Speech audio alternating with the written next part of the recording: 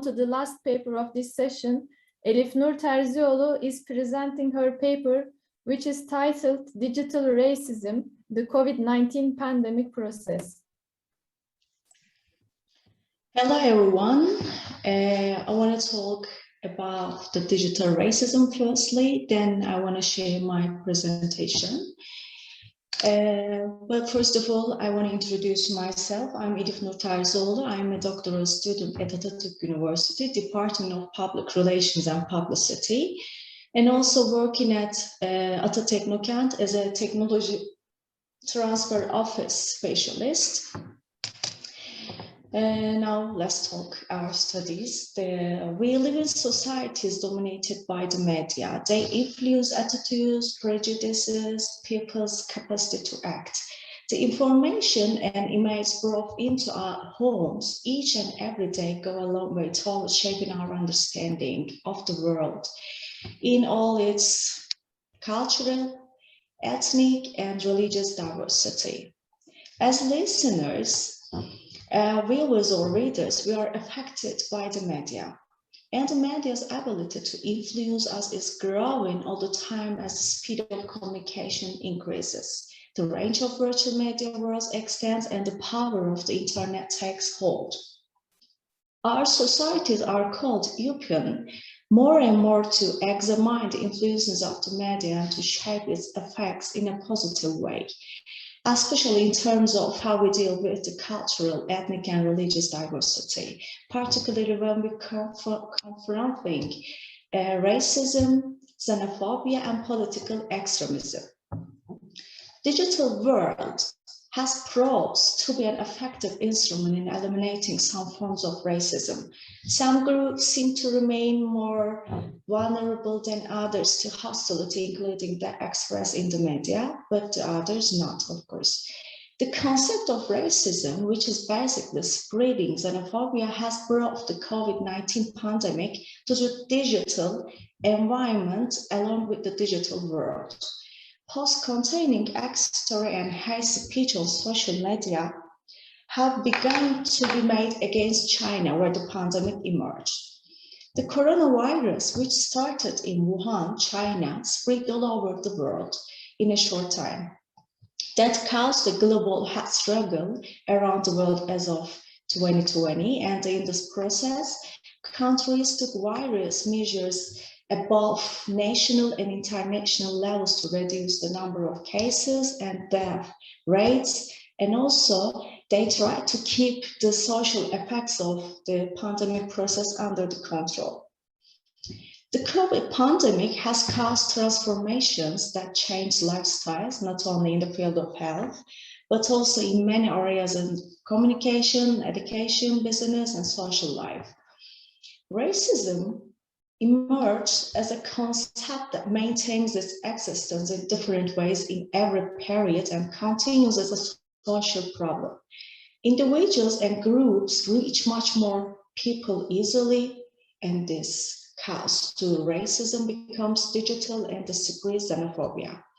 It is possible to address the concept of digital racism in two ways, direct and indirectly. While producing content containing hate speech on social networks and sharing comments is called direct hate speech, liking or resharing content containing hate speech is defined as indirect hate speech. In this study, racist acts created not only against China, but also against all people and immigrants carrying viruses due to the COVID-19 pandemic in social media and digital platform were evaluated by the qualitative content analysis method. Now I would like to share my screen here. Yeah, I'm gonna share now. Just a minute. Yeah, you see my presentation here?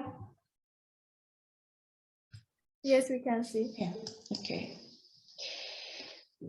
Now you see the number of racist tweets here. The Amnesty International Turkey branch listed tweets from Turkey in Turkish.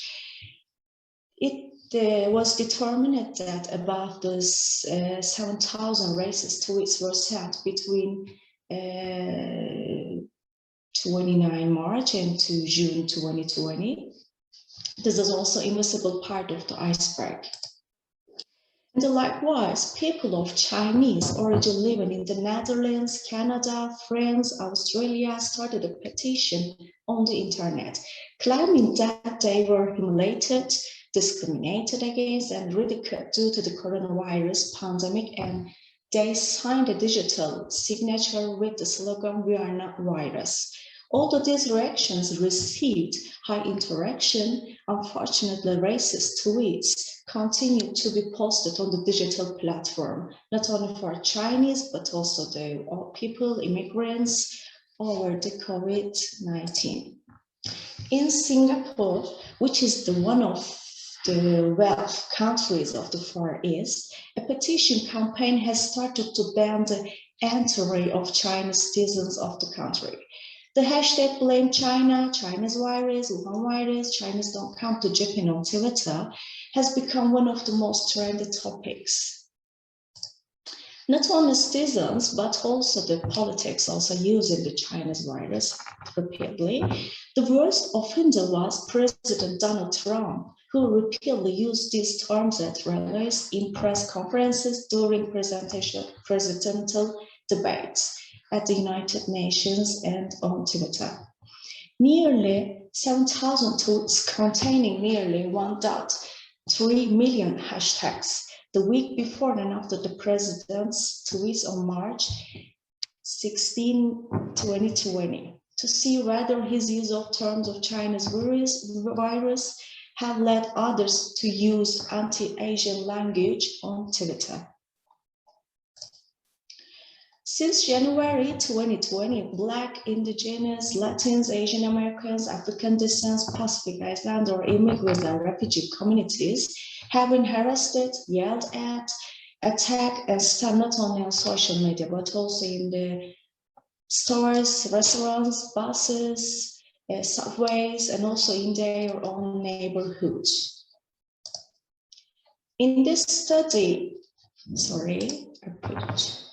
last presentation, the hashtag street ban for the elderly, stay home, and 65 years on Twitter has become one of the most trended topics in Turkey.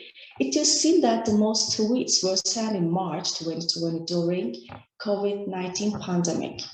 It is seen that the most common terms in tweets are exclusive expressions. In this context, tweets containing the discourses that COVID-19 is an elderly disease and that the elderly are ignorant and weak people who should be sacrificed were shared. In the study, we said digital racism increases, especially during pandemic periods, and other socioeconomic, cultural, educational, and political tones are marginalized under the pretext of pandemic. And since it is possible to reach every corner of the world with the new media, racism has also taken a different dimensions. That's all that I want to say. Thank you for listening to me. Thank you very much for your presentation. And this is our last paper. Are there any questions to all our presentators' papers? If you have any questions, you may turn on your microphone or write on chat box. I think there aren't any questions. Okay, thank you very much for attending the session 31 of the symposium. At 12 o'clock, there will be session 32 on digital journalism in Zoom room 3 and session 33 on COVID-19 in Zoom room 4. The sessions will be in Turkish. Thank you very much for attending this session and hope you have a great day. Now I am ending this session. Bye. Bye-bye. Thank you. Bye.